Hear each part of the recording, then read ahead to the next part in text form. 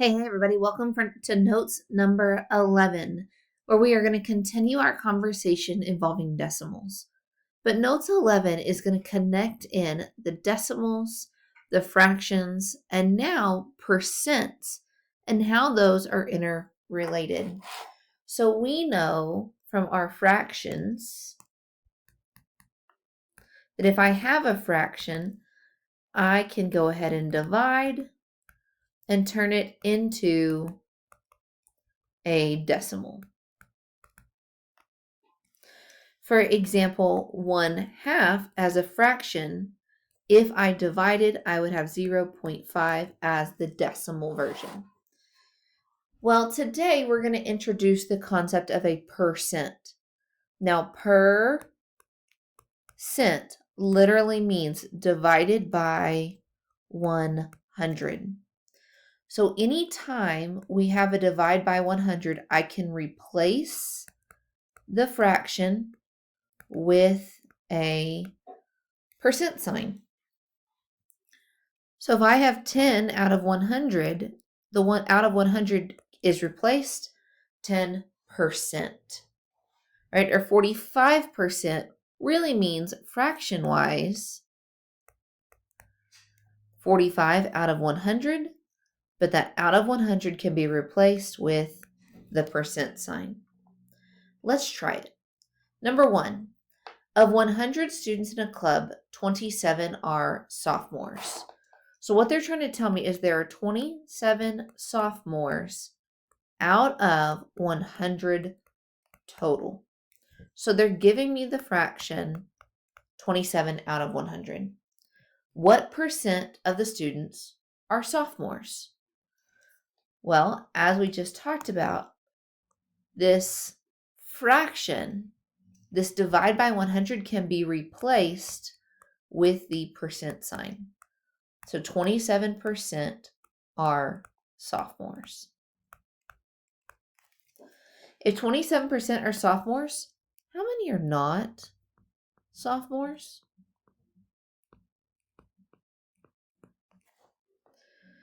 Well, if I had 100 total and I remove the 27 sophomores, right?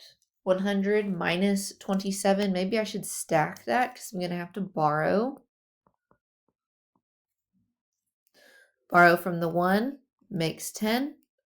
Borrow from the 10 makes 10. 10 minus 7 is 3. 9 minus 2 is 7.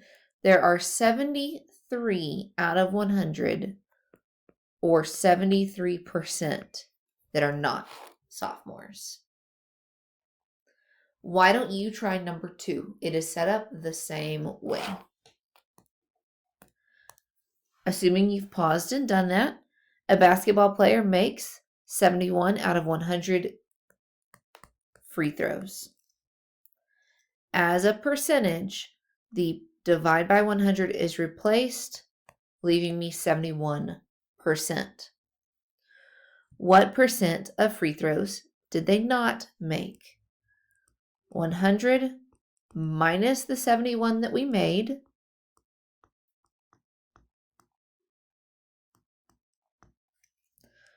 leaves me 29 others. 29 that we did not make. Meaning 29 out of 100, or 29%. So our goal in this lesson is to go back and forth between decimals, fractions, and percentages. Let's see. This triangle kind of helps us decide how should I move, how should I go from one to the other. I would rather go ahead and show you in some examples. Now, very common conversions, 1 out of 4 is the same thing as 0.25.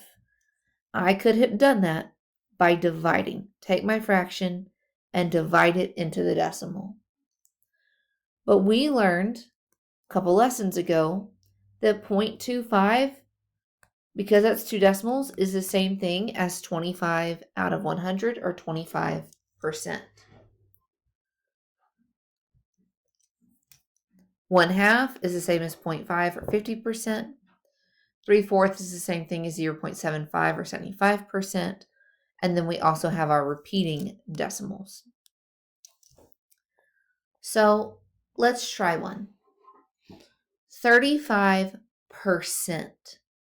If I'm starting off with percent, I simply need to remember what percent physically means. Percent literally means I should divide by 100.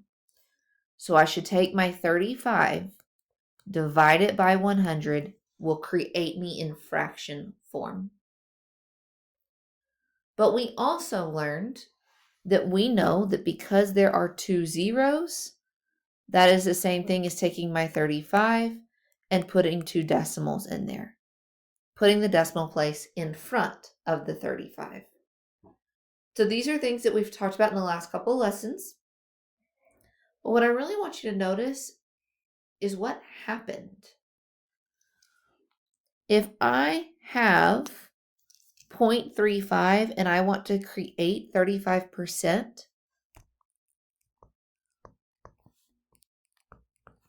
notice that my decimal just moved 2 spots to the right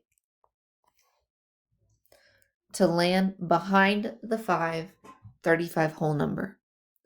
But if you move the decimal that way, you have to remember to label that became a percent. Because what ultimately is happening, if I have the decimal version, I have to multiply by 100 to turn it into the percentage, moving that decimal 2 spots to the right. But if I already had the percentage, like in this case, that's when I had to divide by 100. So if I have the percent and I want to go to the decimal, I divide by 100, which moves the decimal 2 spots to the left. Let's skip down to this third one, and I want to kind of drive that point home. If I'm in the decimal and I want to go to the percent, alphabetical order, D is on the left, P is on the right. I am going to multiply by 100, meaning I need to move my decimal 2 spots to the right, leaving me with 23.5. But because I did that, I have to say, hey, that is now in the percent form. Let's do one more like that, and then we'll come back and introduce the fractions. If I already have 70%, the percent is literally telling me take your 70 and divide by 100 to turn it back into the decimal form. So right now that decimal is behind the 70. When I divide, I move the decimal 2 spots to the left, landing me as 0.70. Once you have divided by the 100, your percent sign got used. It should no longer stay. Let's back up and now connect this in with how the fractions are working. 35% and 0.35 as a decimal mean the same thing because it is 35 out of 100. But when you are in fraction form, you need to make sure that you reduce. 35 and 100 can both divide by 5. So 35 divided by 5 is 7. 100 divided by 5 is 20. 7 out of 20, 0.35, and 35% all represent the same number. They're just in different forms. It's like calling me Jennifer or Mrs. Brazel, or my kiddos call me Mom. It's all still me. I'm the same person, but I have 3 different names. Here the number is the same, it's just in 3 different formats. Now, what we haven't looked at yet is what if I'm starting off as a fraction? How do I go to the decimal? Well, we have to remember how we created decimals to begin with. This line literally means I should divide. So the number on top is a 1. The number on bottom is a 5. So to turn me into the decimal form, 1 is not big enough, so put your decimal in there and add a 0. How many times can 5 go into 10? 2 times. Whoops, didn't mean to erase my decimal. Using up all 10 in the process. So the decimal version would be 0.2. Over here, we had it out of 100. That's what allowed us to go straight into our decimal. Remember, dividing by 10 is 1 decimal place. Dividing by 100 is 2 decimal places. Dividing by 1,000 is 3 decimal places. But if I have something different, like a 5 or a 7 or a 2, then I have to physically go through the division process to get into my decimal form. But once I'm in decimal form, I can just move 2 spots to the right to turn me into a percentage. So my 0.2 moves 2 times to the right. Here's where I should stop.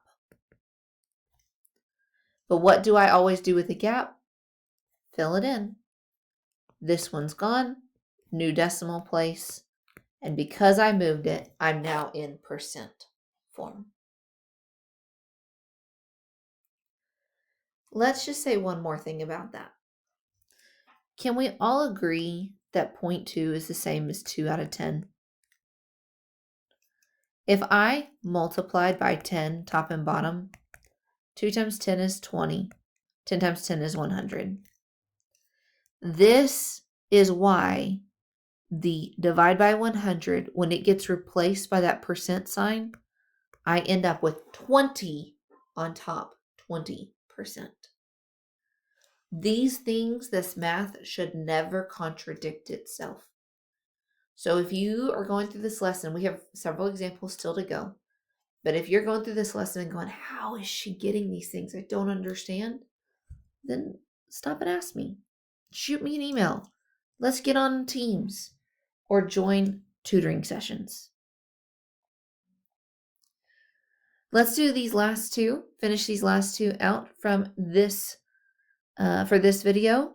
Then we will continue more examples. This is all we're doing in this lesson, is going between fraction, decimals, and percents. So 2 more.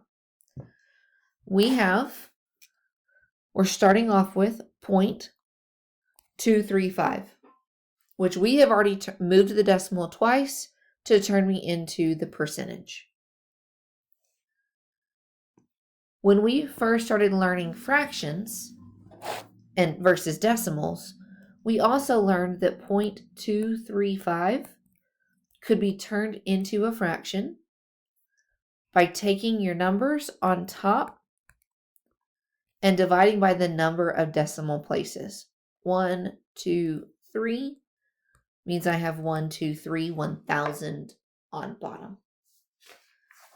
So this lesson is all about getting comfortable going back and forth between our 3 formats.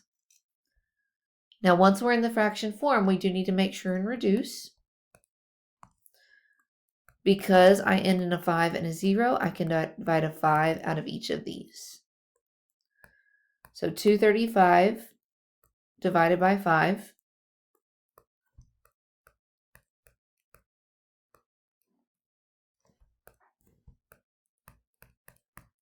gives me 47 out of 10 divided by 5 is 2 with 2 zeros behind it.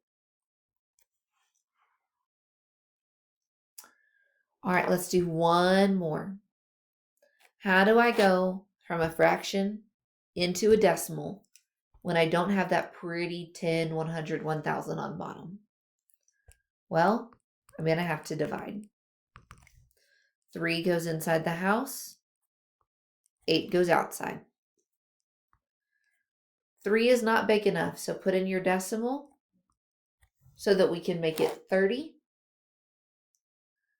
8 can go into 30 3 times, using up 24 in the process.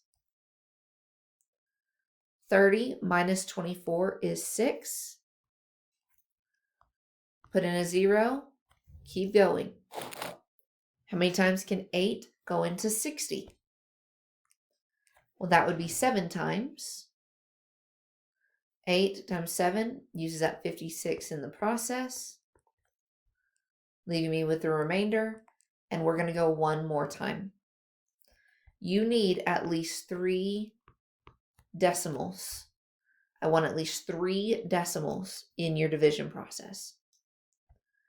8 goes into 45 times, and luckily this one terminated on its own. I end up with 0.375.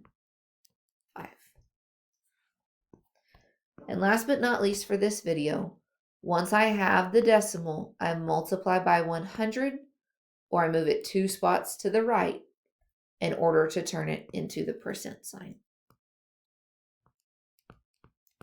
So right now I'm in front of the 3. When I move it twice, I end up with 37.5%.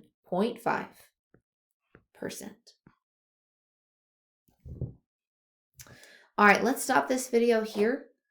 I want you to continue these notes on your own. I want you to go through several of these and practice it. Try it. It's nothing new. If you have a fraction, divide into the decimal. If you have a decimal, times 100 for a percent. If you have a percent, divide by 100, right? Moving back and forth. In our next video, we'll go through more of these examples together.